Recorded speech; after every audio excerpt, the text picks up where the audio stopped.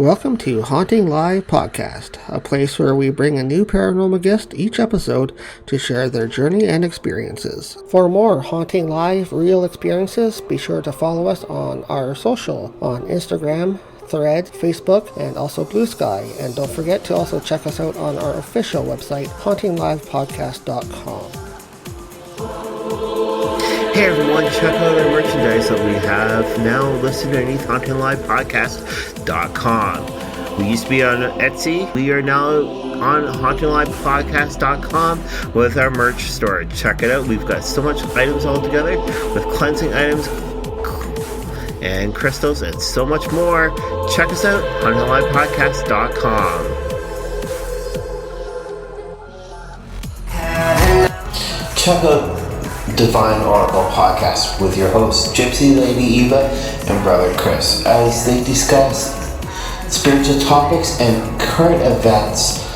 Sit back and listen on your Podbean and then with YouTube. Happy March, you lovers of all things paranormal. My name is Yolanta Meri, and I'd like to welcome you to this stellar episode of the Haunting Live podcast, hosted by Trevor Bishop.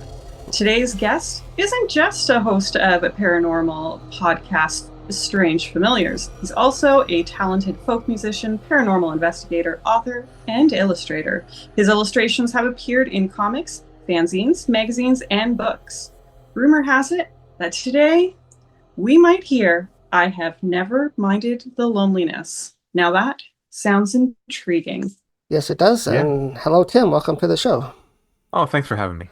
Oh, it's wonderful to have you. We've had you on as a guest before, so welcome back. And you have a brand new book out. So before we get into that, can you tell people a little bit about yourself, your background, and sort of what you do quickly? Sure. All right, Yolanta covered a good bit of it, but so I grew up in what I call the golden age of Bigfoot. I was born in 1970, a few years after Patterson-Gimlin film was filmed, and grew up watching In Search Of and Legend of Boggy Creek and all those great 70s Bigfoot things. You know, Bigfoot was on the $6 Million Man, all that stuff. And loved it. Loved all that stuff. Loved monsters, loved ghost stories, loved what I would later come to know was called folklore. But at the time, they were just cool stories to me. But I always liked the things that were true, at least true in quotes, at least claimed to be true, whether that was Bigfoot or ghost stories or things like that. So I was really interested in the paranormal when I was young. Didn't know that was what it was. To me they were just cool things, monsters and ghosts and such. Always been an artist. I think my brother bought me my first comic book. It was a Spider-Man comic when I was 5. I couldn't even read yet, I remember. He had to read it to me. I made him read it to me over and over and over again. And then my mom told me somebody drew those pictures. I was like, what? Like, there's like the concept of like somebody drew each one of those pictures. I was like, okay. All right, I want to do that. So never really got that great at comic illustration, but as I grew older, I became fascinated in just straight illustration of books, and went to art school and so forth. And yeah, kind of I'm lucky enough to have made my way in the world, and I get to be a podcaster and a author and an illustrator. I'm very happy for it. Yeah, actually, I noticed you're having a bit of not sure if you call it a contest, but you're releasing some images that you've been drawing for March of monsters. Do you want to talk about that for a second? Oh, yeah. Yeah, so I came up with the idea. First of all, for those watching this on video, I have a standing desk. So if you see me shift around, I'm not squirming in my chair. I shift on my feet, and I know how that looks. It looks like I'm squirming in my chair, but that's just, the standing desk is better for me. So I'm not squirming in my chair. But in any case, in October, I decided to do what I called Squatchtober and draw a Bigfoot every day for the month. And it went so well that I said, well, I have to do this again. So I decided, let's do Monstrous March. I'm just drawing any, just whatever random monster I want, one a day in March. I love it because it keeps me active and drawing, and it gives people inexpensive art they can buy, and kind of helps support what I'm doing, and they get original art as we go along here. And where can you find that? On your store? Yeah. I usually put links up. If you follow me on social media, I put links on Strange Familiars Patreon first, and then the Strange Familiars Discord, but then I go to Facebook and Instagram. So if you follow Strange Familiars on either of those places, they come up every day, and it's a random time. It's basically whatever time I finish it is when it goes up. Sometimes it's a little after midnight. Sometimes it's, well into the following day. Now, Tim, two things. How would you describe your art? I've seen it. It looks really cool. To me, it's a little bit retro. It's really a vibe I do enjoy. And secondly, out of all the monsters and folklore, what's your favorite one? Okay, so my art is hopefully very much inspired by what they call the golden age of illustration, which is the late 1800s, about 1870 or so through maybe 1920. And some of the greatest illustrators of all time come from there. And that's where I take my illustration influences from, along with comics and some other, modern sources. But that mainly what they call the golden age of illustration there. So if it looks retro, it's because I'm doing it the old way. I'm not using a computer. I'm doing brush and ink and pen and ink, and that's the way I like to do it on paper, or illustration boards sometimes. And as far as monsters, I always have to go Bigfoot. I love Bigfoot. Can't get enough of Bigfoot. I've written several books on Bigfoot. I'll write more yet. When I finished Where the Footprints End with Josh, I said, I'm done with Bigfoot. I've said everything I want to say, but that's not true. I will be returning to Bigfoot very shortly here. Have you ever met Bigfoot? Not personally. Never shook his hand. I am waiting for a really definite, like, face to face, that's what it was. I can't say it wasn't anything else, kind of sighting. But that has not happened. I've caught glimpses of things that make me go, that seemed too big, for something in the woods here in Pennsylvania. But, I've not had that really good, clear, face to face kind of sighting that, I hope to get someday. Now, have you seen somebody else's evidence that would convince you without a doubt that they had seen Bigfoot? Well, so with me and Bigfoot, it's an interesting thing because I will sound like a skeptic. When you talk to me, I'll sound like, oh, you sound just like those skeptics, but I'm a firm believer. I'm an absolute believer in Bigfoot. I also believe it's probably not some sort of undiscovered primate or relic hominid or something we can put in a cage. In my view, there's something very, very strange about the creature. So when we talk about evidence, best evidence we have are footprints, and there's some really great ones I've seen. There's the dermal ridges and all these things that primate foot experts get excited about. But I always like to point out the way they used to hunt ghosts in the 1950s. They'd put powder on the floor and footprints would appear. So, just because there's a footprint doesn't mean we have something that's not somewhat ephemeral. So, yeah, it leaves footprints, it leaves hair, it leaves scat behind, but we don't have one in a cage. I don't think we ever will. I think there's something very strange about it. So, evidence, I'm more into witness testimony, and I know science hates that because it's inconsistent, right? But the thing about Bigfoot is, if you look at it over the course of hundreds of years, and you look at what people are saying, you get this sort of catalog list of behaviors with it. They react very badly to dogs. They don't like dogs, often killing them or harming them. They climb on people's roofs, which is a weird thing. Like, why does they climb on the roof? Beat on the side of houses, and you get this pattern of behavior over centuries where people are talking about this thing. Then you go, okay, so witness accounts are unreliable, but when you have hundreds of witness accounts over centuries, and they start talking about these very specific things, very odd things, and I know some of these accounts I collected from old newspapers, modern witnesses weren't digging through old newspapers to find the stuff until I published it. No one knew, no one was reading it. And I published it, and these accounts are already out there on, Sasquatch Chronicles and these other places. I'm looking at these old accounts and go, oh my gosh, people talk about that in modern times. So that's what's interesting to me. The consistency of sort of the behaviors and the effects around the creature over hundreds of years convinced me that people are talking about, something out there. Well, that's just it. Like, they've been reporting them for centuries now, like back to the 1800s and prior, so they just went under a different name at that time. And how did you come across learning that that's what they called them back then? Like, did you do your own research to determine that? So my first book was about Toad Road here in York County, Pennsylvania. It's just a strange place. And the second half of that book, I went looking for any other kind of weird stuff that happened. So the first talks about that legend and everything around it. In the second half, I was like, well, let's go beyond that legend and look at other weird reports. And I started noticing all these reports of what they were calling wild men. And now I'm not the first person, and I'm not the only person to recognize this. People, in the 70s and before started digging these newspaper accounts out. But for me, that's how I sort of discovered them for myself as I'm doing research for my first book. And I started saying, well, these are Bigfoot reports, and then I started collecting those for the whole state. Then I did Bigfoot in Pennsylvania, which is just a collection of old newspaper reports and my commentary. And then I did one for the West Coast, Bigfoot West Coast Wildman. It's the same. It's for California, Oregon, and Washington State. And eventually I'll get more done. I'm going to do Wildmen of the East Coast, I think, next coming up here. So it'll be the entire East Coast. Cool. So then you jumped into your latest book, which we'll get to next here, and which is on the topic of hermits. So for those that might not understand what hermits are, can you go into a little bit of detail about that and sort of explain the background of hermits and what it's all about? Yeah. So asked. I've been asked several times as I've done interviews for this book, what is a hermit? I think most people have an idea. Somebody, usually it's a, grizzled old guy who lives out in the woods alone or something.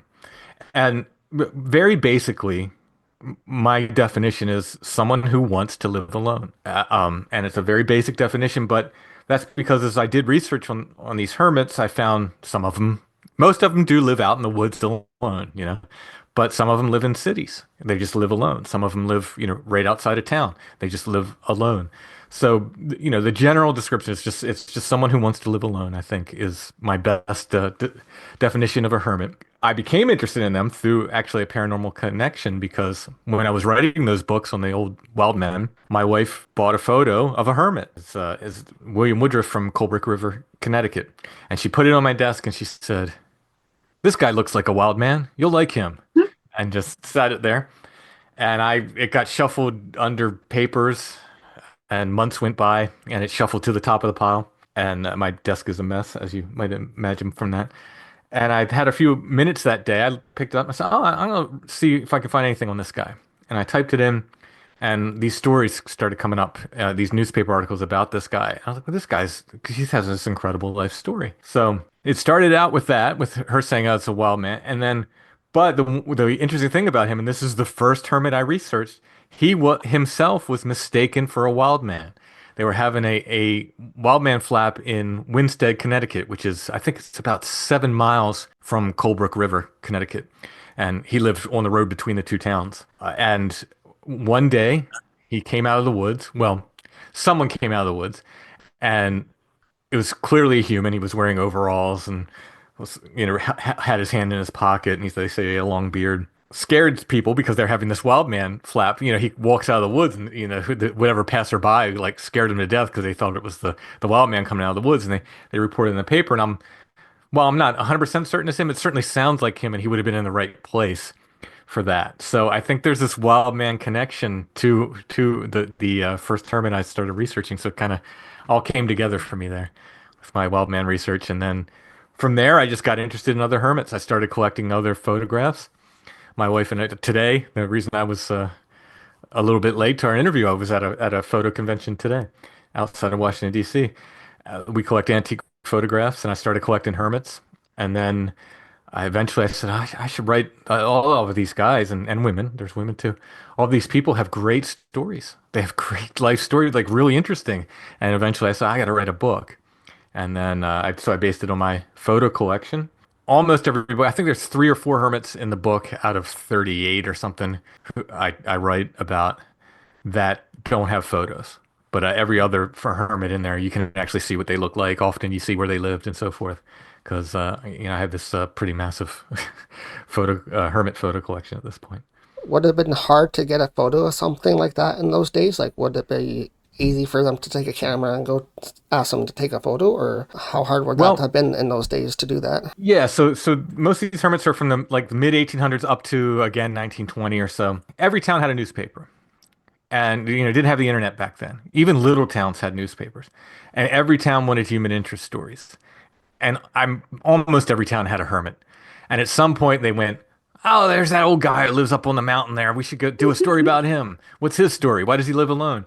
So they sent a reporter out, and sometimes they were right, and they actually printed the real story. Often they printed legends, and that was a big part of what I did was sort of trying to sort the legend from the true story of their lives as much as I could. Sometimes they had photographers on staff of the newspaper, or sometimes because of the newspaper articles, they would generate interest in these people, and the town photographer would then go take a photo of them, and then they would sell them right from the storefront of the photographer. They'd sell them, they were like a dime or something back then, and sometimes the hermits themselves would buy the photos in quantity and they would sell them. A couple of these guys made their living basically selling their photo to people who come by and visit them. Sort of like a little souvenir kind of thing for coming to see them. Yeah, and because they were such a curiosity and so local, there's a lot more hermit photos than you would imagine out there. A lot, especially around 1903 or 4, what they call the real photo postcard. So it's a postcard, but it's an actual real photograph. So photographers are able to make these postcards. And once they start happening, then you really get hermits, because then they have all kinds of local interest stuff. These photographers, they would sell them at drugstores, and the photographers and all this stuff. So they would just, like I said, almost every town had a hermit. So, you get these local interest photos, of hermits from different places. That's cool. Cool. Out of the stories that you researched, which is one of your favorite ones? So my favorite has to be William Woodruff. He's the first one, but my second favorite is a man named John Stink, and they called him the living ghost. So here we got a ghost thing, and he was an Osage Indian. His native name was Hotamoi, and he died and came back to life. And it depends on which newspaper you read. He died up to 3 different times and came back to life. And I have in this book, in my research, so I'll just count here rather than read them all. 1, 2, 3, 4, 5, 6, 7, 8, 9, 10, 11, 12, 13, 14. So 14 different ways the newspapers reported that he died. Some of these are definitely legends. Some of these definitely aren't true. But in all these legends, and some of them are, he died of different diseases, and it was pneumonia, smallpox. They had him done, all these different things. And basically, all the stories end with him being buried or put in some kind of like a stone, burial ground kind of thing, where they just covered with stones, and he wakes up. He was a very big, very strong man, and walks back into the community afterwards. And I have to say, I'm not familiar with the Osage beliefs on death. I only can report what was reported in the newspapers. So I'm not sure how accurate this is, but according to the newspapers, the Osage people basically said, you leave, go away, because once you're dead, you should stay dead. The dead shouldn't come back to life. And then they renamed him from Hotamoi. They said, no, John Stink. So you smell the dead, John Stink. So he became a hermit, and he was around the town of Pawhuska, Oklahoma, lived on the streets there. Now, by choice, he camped out by choice.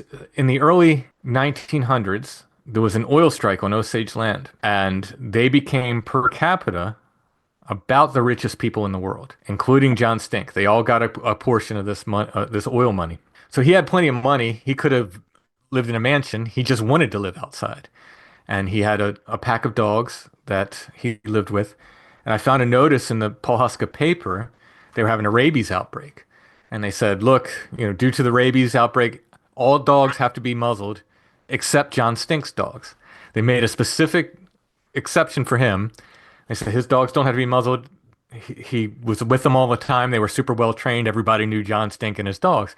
So they said all dogs must be muzzled except for John Stink's dogs. Well, a little bit after that, it's really, really sad. There's a marshal in town. I'm trying to find the blanket. And he shoots the dogs. He shoots and kills the dogs. So this is 1914. An off-duty city marshal shot John 7 dogs with a repeating rifle. The lawman stated that he thought John was being attacked by the canines, but as John and his dogs were well known about the town, this is difficult to believe. The Pawhuska Capital printed an article attributed to John Stink in which he describes the incident. He says, on last Friday evening, an unlucky day, as the sun was sinking in the west, while wending my lonesome, well-defined and trodden path from the city to nature's unpretentious couch on Bird Creek, happy and in love with nature and with my splendid dumb friends frisking at my feet, and then they don't name the marshal, so it's like the unnamed marshal. tracked and waylaid me just beyond the Bird Creek Bridge, and without warning, with premeditation and cold-blooded and unfeeling barbarism and brutal roughness, pointed and fired and continued to fire deadly lead from repeating rifles into the frightened but loyal friends, believing I was being attacked as the poor unprotected creatures scurried back and forth around my feet in an effort to protect me until the fiendish work was completed and my friends lay quivering in the dust, their lifeblood ebbing forth. So from that point on, he makes the vow. He says, I will not return to Pawhuska. And he doesn't, except for one time. I could find one time he returned to the town. He leaves, he goes off to the wilds, and there's even again in the newspapers, like, where's John Stink? They're looking for him. Like, where did he go? And he made this vow. He's like, I will not return to town. He lived out by himself. Eventually, he gathered more dogs. They said basically any dog that found its way to John Stink found a home. So he loved dogs. Very imposing guy. He stood, 6 feet taller.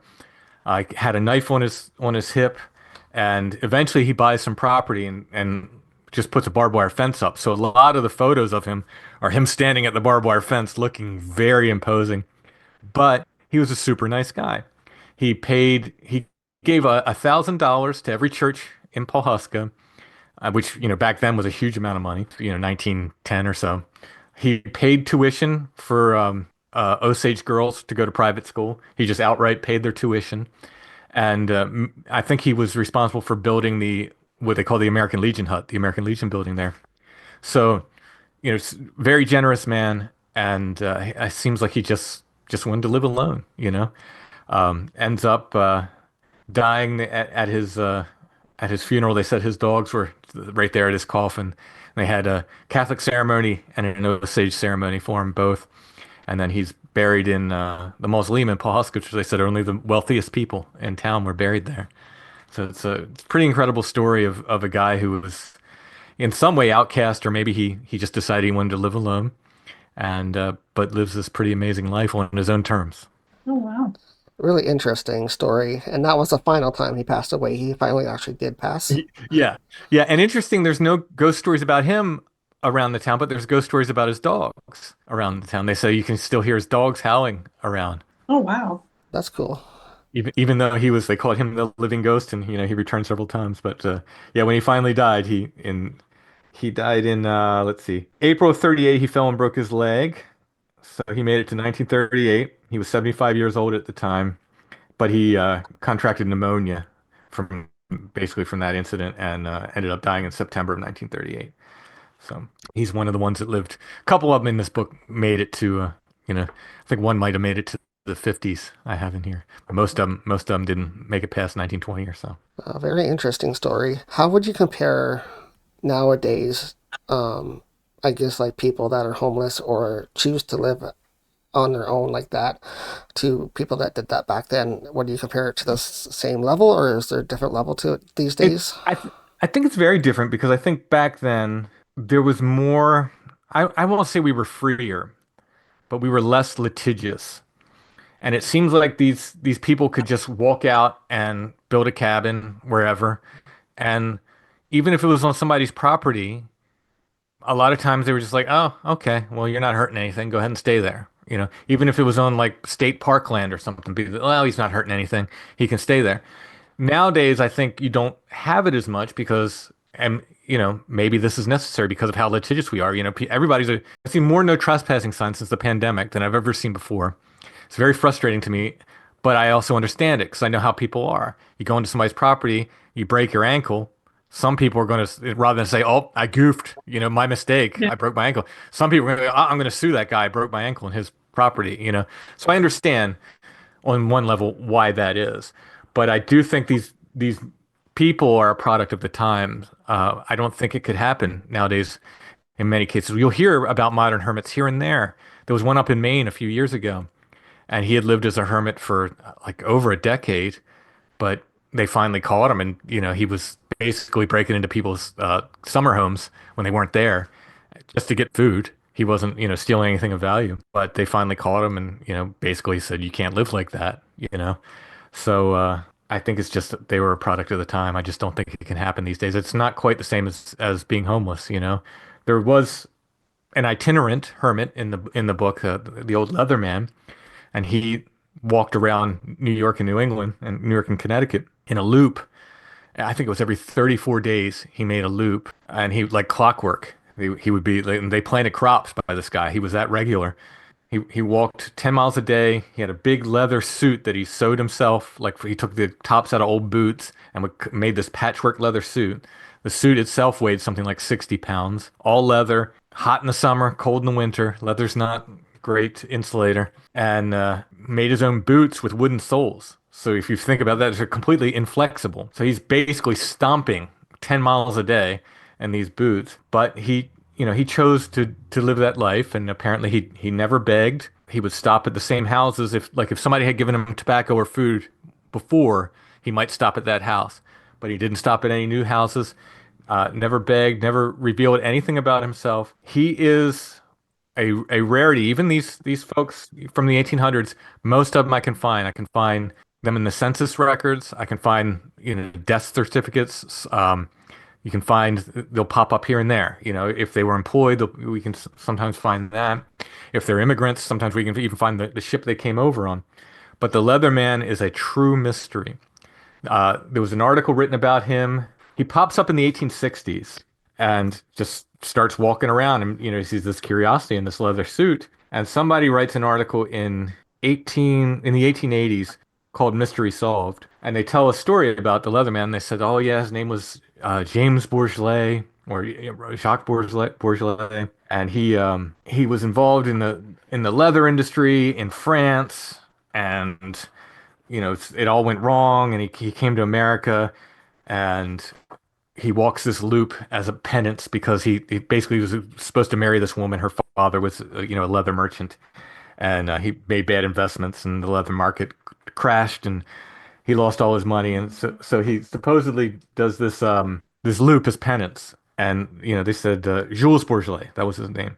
They said, and newspaper articles up into the 1980s printed that as his story. Jules Bourgelat. This is the story. It's completely made up. The guy who wrote it, 100% fiction. We know he spoke French. He had a French accent, and we know he was Catholic because when they found him when he was dead, he had a scapular on and a French Catholic prayer book in his pocket. That's all we know about him. We don't know his name. Nothing. They exhumed him sometime within the last 10 years or so. They were going to try to get any part of him, do some DNA, and find out who this guy was. He had completely returned to the earth. The only thing they found in his grave were coffin nails from the wooden coffin that had rotted away. So they reburied him, and the old tombstone said Jules Bourgelat, but the new one actually just says the Leatherman, because we do not know his name, and that was not his name. So he is a true mystery, an absolute true mystery. We will never know who he was. There's no way, which is a real rarity. Even, like I said, even from folks of the 1800s, we can figure out a good bit about him. But he will remain a mystery forever. He's just the Leatherman. Very interesting. And I mean, right now, I think Leatherman would scare a lot of people if we had someone with that sort of an image walking around with horror movies prevalent. But from my understanding, people kind of welcomed him, or they did just look forward to him coming. So he just had a completely different vibe than. Yeah, he looks imposing. He looks, just because of the way his suit is, he looks like he'd be a very heavy set guy. But it's just the way the big leather coat lays on him. He wasn't. But he did look imposing, but apparently he was very kind to kids. I found stories of kids who said they would eat lunch. He wouldn't speak to them, but he would sit there quietly and eat lunch with them, and share whatever food he had with the kids. Like I said, he never begged. He has a very sad ending in that at some point you start noticing it in photos, his lip swells, and it ends up being cancer. And they said towards the end, he was laying a piece of leather over his lip so he could drink coffee and soup and stuff. And eventually they find him in one of his caves. He stayed in a series of caves and lean-to shelters on his route. And they found him in one of his caves, I think in Sing Sing, New York, and he just died. The cancer finally just took him out. But no, he was beloved. He was absolutely beloved. When he died, they took, I think, one of the dime museums in New York bought his suit, and then it just disappeared. We don't know where his suit is. A couple of the historical societies up in Connecticut have like his mittens and his boots, and I think maybe his hat and his pipe. But the suit is, no one knows where it is at this point. Very interesting. So that was sort of local to New York region, right? Yeah. Yep. Yeah. Yeah. New York and Connecticut was his route. He would kind of walk in a route. And Are, again, we don't, with the French accent, he could have walked down from Canada. Yeah, You know, that's what I mean. Like, how regional yeah. is this stuff? Is it all spread out all over the country in the U.S., or is it all into our country too, Oh, Canada? Or yeah, I have hermits from Europe in there. I have a couple from England, one from Brittany. I have one from France, yeah, from Brittany and France. But I had some others from France. But it's so hard to I don't speak French, and to translate those newspaper articles is very very difficult. So there's photos of quite a few in there that I didn't get to write full stories for. There's a whole chapter just like miscellaneous hermits, whatever information I could find on them that, wasn't a full chapter. But yeah, they were all over the place, mainly concentrated in, as far as America goes, in New England though, which is interesting. I don't know whether that's part of that whole New England sense of stubbornness and freedom and, we're going to do things our way and be independent, or I just don't know why that is. As I'm reading this, I'm like, why wouldn't you move south? That's a hard life, I and was going to say, it's a harsh life. You got to be outside in all weather and all elements, like yeah. all year long. Like, it's got to be really tough. Yeah, So, yeah, yeah. I'd say probably better than 50% of the hermits in the book are in New England, and it's just I don't know why that is. It's interesting though. That's fascinating. Out of all the books that you've written, what are the most interesting things that you have learned through research? Researching, say for the Hermit book, is very different than for Bigfoot or any of the paranormal book. With them, it's like say with Where the Footprints End, it's the High Strangeness Bigfoot book that I wrote with Josh Cutchin, the 2 volumes. That's just kind of like, well, we have this theory, or we have these Bigfoot reports that show this weird behavior. Let's find other reports and what can we say about that? With the hermits, it's a very specific kind of research in that these were people. They were born on a certain date, they died on a certain date, they lived a life, they lived in a certain area, and it's very specific facts. And the most difficult part of all of it is deciding when I had enough information. When did I have enough? Did I get everything on this person? Or is there more out there and I'm sure with more than one, I'm sure there's more out there that I didn't find. But it's a very different kind of research, and it's very time consuming because of that. It took me a long time to write this book, over 3 years of just pretty intense research and writing and illustration. But like I said, it's a different kind of research, and in a way, it's a little more rewarding. Not that I like it more. I love paranormal stuff. I will get back to writing paranormal books, but it's rewarding in as much as like I feel like there's this concept of second death. You die once and then you die again when everybody forgets you.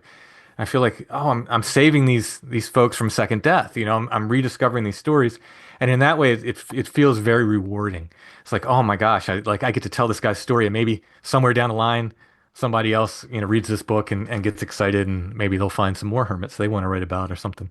But so it's a different kind of thing, but it's like I said, it's rewarding, I guess, in a different way, this kind of research. But as far as any specific thing, I mean, just figuring the way these guys and women, the way these folks live their life on their own terms, is just so exciting. And they just like, I've just walked away from everything. I'll just, I can make my way. And they do, where there's a will, there's a way, I suppose. yeah, there's some envy there, I think, eh? So, like, they get to live their life the way they want to, not the way they're forced to. So, Yeah, yeah. And again, I think it was easier to do at that time. It's just somewhat easier. People left people alone a little bit more. well, thank you for sharing the stories in your book. And can you tell people where they can find it if they want to purchase it from you? Sure. Sure. I have never minded the loneliness, hermits and their stories. You can find it on Amazon. You can order it into your local bookstore.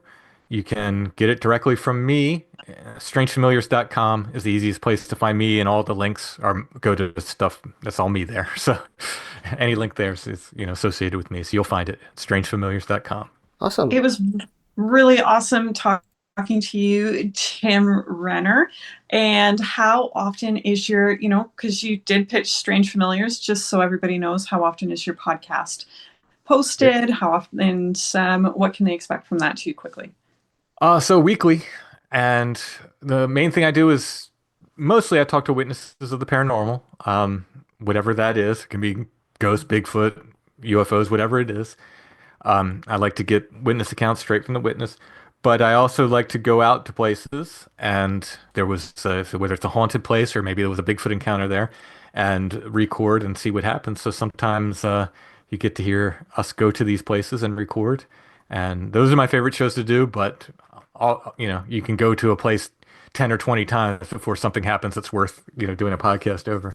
Sometimes you go and there's not much to report. But yeah, so you get a little bit of that and a lot of witness interviews and so forth. So it's a weekly show.